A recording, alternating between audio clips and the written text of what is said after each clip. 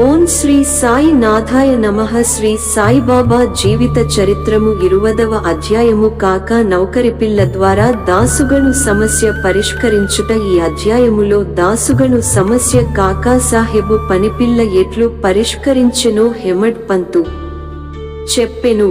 ప్రస్తావన మౌలికముగా సాయి నిరాకారుడు భక్తుల కొరకాకారమును ధరించెను. ఈ మహాజగన్నాటకమునందు మాయయ్యను నటి సాయముతో వారు నటుని పాత్ర ధరించిరి. సాయిని స్మరించి ధ్యానింతుముగాక. షిరిడీకి పోయి ఎచ్చటి మధ్యాహ్నహారతి పిమ్మట జరుగు కార్యక్రమమును జాగ్రత్తగా గమనింతుము. హారతి అయిన పిమ్మట సాయి మసీదు బయటకు వచ్చి గోడ ప్రక్కన నిలిచి ప్రేమతోను దయతోను భక్తులకు ఊది ప్రసాదమును పంచిపెట్టుచుండెను. భక్తులు కూడా సమానమైన ఉత్సాహముతో వారి సమక్షమున నిలిచి పాదములకు నమస్కరించి బాబా వైపు చూచుచు ఊది ప్రసాదపు జల్లులనుభవించుచుండిరి. బాబా భక్తుల చేతులలో పిడికిళ్లతో ఊది పోయుచు వారి నుదుటపై తమ చేతులతో ఊది బొట్టు పెట్టుచుండిరి. వారి హృదయమున భక్తుల ఎడ అమితమైన ప్రేమ. బాబా భక్తులని క్రింది విధముగా పలుకరించుచుండెను. అన్నా, మధ్యాహ్న భోజనమునకు పొమ్ము. బాబా, నీ బసకు పో. బాపు, భోజనము చేయుము. ఈ విధముగా ప్రతి భక్తుని పలకరించి ఇంటికి సాగనంపుచుండెను. ఇప్పటికీ అది ఎంతయో ఊహించుకొన్నచో ఆ దృశ్యములను గాంచి సంతసించవచ్చును. వానిని భావనకు తెచ్చుకొని ఆనందించవచ్చును. మనోదృశ్యమున సాయిని నిలిపి వారిని ఆపాదమస్తకము ధ్యానింతుము. వారి పాదములపై బడి సగౌరవముగా ప్రేమతోను వినయముగా సాష్టాంగ నమస్కారమునర్చుచు ఈ అధ్యాయములోని కథను చెప్పెదము. ఈశావాస్యోపనిషత్తు. ఒకప్పుడు దాసుగను ఈశావాస్యోపనిషత్తుపై మరాఠీ భాషలో వ్యాఖ్య వ్రాయుటకు మొదలెడెను. మొట్టమొదట ఈ ఉపనిషత్తు గూర్చి క్లుప్తముగా చెప్పెదము.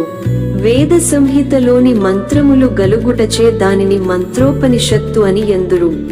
దానిలో యజుర్వేదములోని 40వ అధ్యాయమగు వాజసనేయ సంహిత యుండుటచే దానికి వాజసనేయ సంహితోపనిషత్తని కూడా పేరు.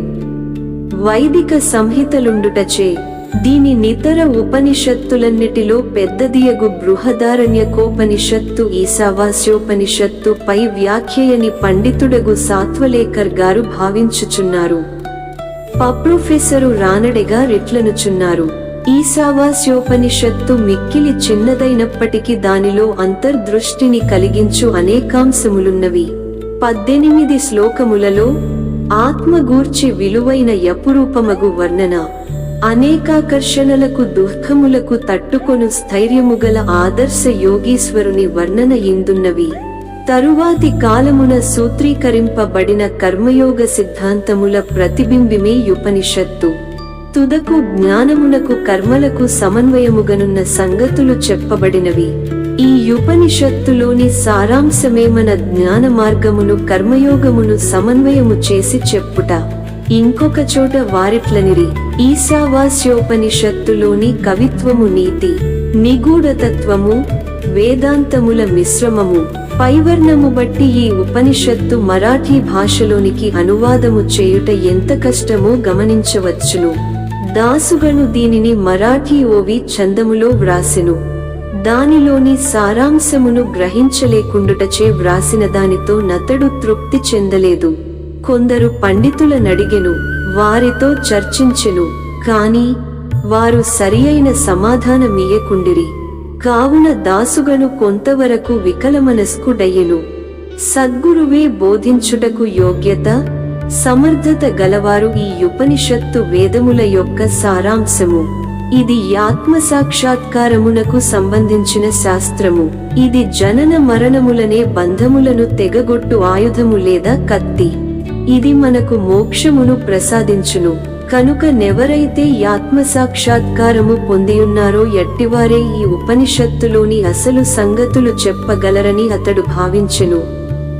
ఎవరును దీనికి తగిన సమాధానము నివ్వనప్పుడు దాసుగను సాయిబాబా సలహా పొంద నిశ్చయించుకొనెను. అవకాశము దొరికినప్పుడు షిరిడీకి పోయి సాయిబాబాను కలిసి వారి పాదములకు నమస్కరించి ఈశావాస్యోపనిషత్తులోని కష్టముల చెప్పి సరియైన అర్థము చెప్పుమని వారిని వేడుకొనెను. సాయిబాబా యాశీర్వదించి ఇట్లనెను, నీవు తొందర పడవద్దు, ఆ విషయములో నెట్టి కష్టము లేదు. కాకాసాహెబు దీక్షితుని పనిపిల్ల తిరుగు ప్రయాణములో నీ సందేహమును విలీపార్లేలో తీర్చును. అప్పుడక్కడ నున్నవారు దీనిని విని బాబా తమాషా చేయుచున్నారని ఎనుకొనిరి. భాషా జ్ఞానములేని పనిపిల్ల ఈ విషయమెట్లు చెప్పగలదనిరి. కాని దాసుగను ఇట్లను కొనలేదు. బాబా పలుకులు బ్రహ్మవాక్కులనుకొనెను. కాకా యొక్క పనిపిల్ల బాబా మాటలందు పూర్తి విశ్వాసముంచి దాసుగను షిరిడీ విడిచి విలీపార్లే చేరి కాకాసాహెబు దీక్షితు ఇంటిలో బస చేసెను. ఆ మరుసటి దిన ఉదయము దాసుగను నిద్ర నుంచి లేవగనే యొక్క బీదపిల్ల చక్కని పాటను మిక్కిలి మనోహరముగా పాడుచుండెను. ఆ పాటలోని విషయము ఎర్చీర వర్ణనము. అది చాలా బాగుండెననియు, దాని కుట్టుపని చక్కగా నుండెననియు, దాని అంచులు చివరలు చాలా సుందరముగా నుండెననియు పాడుచుండెను. ఆమె చిన్నపిల్ల. ఆమె చింకిగుడ్డను కట్టుకొని పాత్రలు తోముచుండెను. ఆమె పేదరికము ఆమె సంతోషభావమును గాంచి దాసుగను ఆమెపై జాలిగొనెను. ఆమరుసటి దినము రావు బహద్దర్యం వి ప్రధాన్ తనకు దోవతుల చావులివ్వగా ఆ పేదపిల్లకు చిన్న చీరనిమ్మని చెప్పెను. రావు బహద్దూర్ యొక్క మంచి చిన్న చీరను కొని ఆమెకు బహుకరించెను. ఆకలితో నున్నవారికి విందు భోజనము దొరికినట్లు ఆమె యమితానందపరవశురాలయ్యెను. ఆ మరుసటి దిన మామయ్య క్రొత్త చీరను ధరించెను. సంతసముతో తక్కిన పిల్లలతో గిర్రున తిరుగుచు నాట్యము చేసెను. అందరికంటే తాను బాగుగా ఆడి పాడెను. మరుసటి దినము చీరను పెట్టెలో దాచుకొని మామూలు చింకిబట్ట కట్టుకొని వచ్చెనుగాని ఆమె యానందమునకు లోటు లేకుండెను. ఇదంతయు చూచి దాసుగను జాలిభావము మెచ్చుకోలుగా మారెను. పిల్ల నిరుపేద కాబట్టి చింకిగుడ్డలు కట్టుకొనెను. ఇప్పుడు ఆమెకు కొత్త చీర గలదు గాని దానిని పెట్టెలో దాచుకొనెను. అయినప్పటికీ విచారమనునది గాని నిరాశ ఎనునది గాని లేక యాడుచు పాడుచుండెను. కాబట్టి కష్టసుఖములను మనోభావములు మన మనోవైఖరిపై నాధారపడి యుండునని అతడు గ్రహించెను. ఈ విషయమును గూర్చి దీర్ఘాలోచన చేసెను. భగవంతుడిచ్చిన దానితో మనము సంతసింపవలెను. భగవంతుడు మనలనన్ని దిశల నుండి కాపాడి మనకు కావలసినది ఇచ్చుచుండును. కాన భగవంతుడు ప్రసాదించిన దంతయు మన మేలు కొరకే అని గ్రహించెను.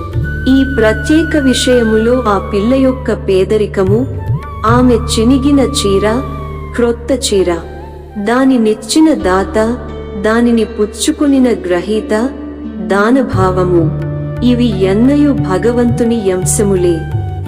భగవంతుడు ఈయన్నిటి యందు వ్యాపించియున్నాడు. ఇచట దాసుగను ఉపనిషత్తులలోని నీతిని అనగా ఉన్న దానితో సంతుష్టి చెందుట. ఏది మనకు సంభవించుచున్నదో యది ఎల్లయు భగవంతుని యాజ్ఞచే జరుగుచున్న దనియు తుదకది మన మేలు కొరకేయనియు గ్రహించెను. విశిష్టమైన బోధన విధానముపై కథను బట్టి చదువరి బాబా మార్గము మిక్కిలి విశిష్టమైనదనియు అపూర్వమైనదనియు గ్రహించును. బాబా షిరిడీని విడువనప్పటికీ కొందరిని మచీంద్రగఢ్కు, కొందరిని కొల్హాపూరుకు గాని షోలాపూరుకు గాని సాధన నిమిత్తము పంపుచుండెను. కొందరికి సాధారణ రూపములోను, కొందరికి స్వప్నావస్థలోను, అది రాత్రిగాని పగలుగాని కాన్పించి కోరికలు నెరవేర్చుచుండెను. భక్తులకు బాబా బోధించు మార్గములు వర్ణింపనలవి కాదు. ఈ ప్రత్యేక విషయములో దాసుగనును విలీపార్లే పంపించి పనిపిల్ల ద్వారా అతని సమస్యను పరిష్కరించెను. కాని విలీపార్లే పంపకుండా షిరిడీలోనే బాబా బోధించరాదాయని కొందరనవచ్చును. కాని బాబా అవలంబించినదే సరియైన మార్గము. కానిచో పేద నౌకరి పిల్ల, యామె చీర కూడా భగవంతునిచే వ్యాపింపబడియున్నదని దాసుగను ఎట్లు నేర్చుకునియుండును? ఈశావాస్యోపనిషత్తులోని నీతి. ఈశావాస్యోపనిషత్తులోనున్న ముఖ్య విషయము అది బోధించు నీతి మార్గమే. ఈ ఉపనిషత్తులోనున్న నీతి దానిలో చెప్పబడిన ఆధ్యాత్మిక విషయములపై ఆధారపడి ఉన్నది. ఉపనిషత్తు ప్రారంభ వాక్యములే భగవంతుడు సర్వాంతర్యామి అని చెప్పుచున్నవి.